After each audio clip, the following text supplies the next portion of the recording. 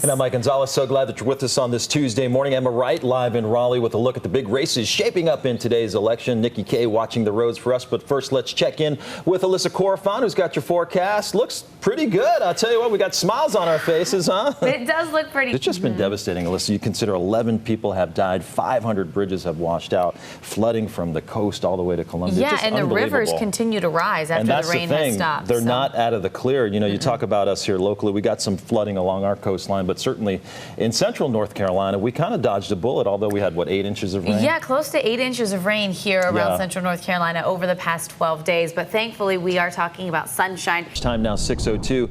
Although sunshine is expected today, the situation remains dangerous in South Carolina. Not only is flooding still a major issue, but tens of thousands of residents are without clean water and power. Now city leaders are pleading for donations of bottled water.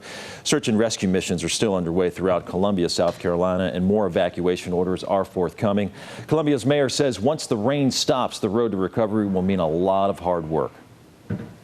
When it finally does stop raining and the floods recede, then we have to deal with all the incredible amounts of property damage, which I'm sure will total into the billions. We got a lot of work to do, but we're doing it together. Just unbelievable. They're calling it a 1,000-year flood there. Nearly 500 roads and bridges remain closed this morning. About 1,000 people still in emergency shelters. And residents along the North Carolina coast remains finally stopped in South Carolina. State leaders continue to look for aid as resources are running short. As you can imagine, hundreds of roads have been washed away in the floodwaters. At least 11 people are dead following what some are calling the state's most severe natural disaster ever. New information this morning about the deadly U.S. airstrike on a hospital in Afghanistan. Right now, at least 3 investigations are underway to determine just how and why the attack took place. At least 22 people died, including doctors and patients. Hospitals and patients during war should be safe places where care can be given, and this has been violated.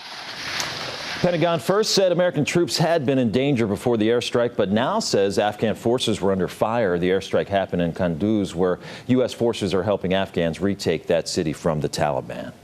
Russian Defense Ministry released more footage of Syrian airstrikes against ISIS on Monday. Russian officials say the target was an ammunition depot storing hundreds of tons of ISIS ammunition. In the past 24 hours, the Russians have carried out 20 flights targeting 10 ISIS positions in the Idlib province. Industrial plant when she realized that she had the $310 million Powerball ticket in her pocket. It was sold in Three Rivers, Michigan, a town with only 7,000 residents. You can only imagine how excited she is. If I went at work, that's when I go on an extended lunch break and never return. What? You would leave me hanging like that? I don't like believe you. We'd party afterwards. Okay, fair enough. Well, 2 runners in Minnesota are hailed as heroes this morning after they helped a fellow runner cross the finish line. Yeah, a great story here. Matt Teskey and Justin Reinard were nearing the end of the Twin Cities Marathon when they saw 75-year-old Rick Kleiman fall. Kleiman insisted on crossing the finish line, so with Teskey and Reinard on each arm, the 3 men crossed the line in 4 hours, 50 minutes, and 53 seconds. Teskey says Kleiman's determination was inspiring. Could have had us put him on the side and had the medics help him, but he was adamant about getting to the finish line, which I thought was pretty cool. And Kleiman has a bruised hip, but nothing was broken. Kleiman has been a running coach for more than 50 years and participated in 38 marathons. You know, it's stories like this that just make you smile on a Tuesday morning. You know, the goodness of others, the kindness of others, helping out someone. It also makes you think he's 75 years old and has run that many marathons. Yeah, you need to get on it. There's no excuses for anybody. Originally $10,000, that was a simple goal. Yeah, great to see when you consider he ran towards that shooter, closed the door to protect other students, winds up getting shot. So certainly our thoughts and prayers are with him. And we hope that fund grows. Getting a lot of support. All right, yeah, that's for sure. All right, it's 6:06.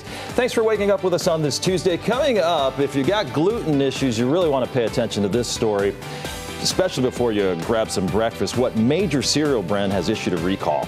Nice, maybe pumpkin patch or whatever you're doing. Perfect. Yeah, good weather for it. We love the sound of that. We love just any sunshine that's in the forecast. I would take just the smallest amount, but I think we'll see more by this afternoon. Did we get that record yesterday? I know we did. So broke the record. 12 consecutive days. All right, we don't want to break that ever again. This sunshine is well deserved. Yeah. So a bit cooler than normal.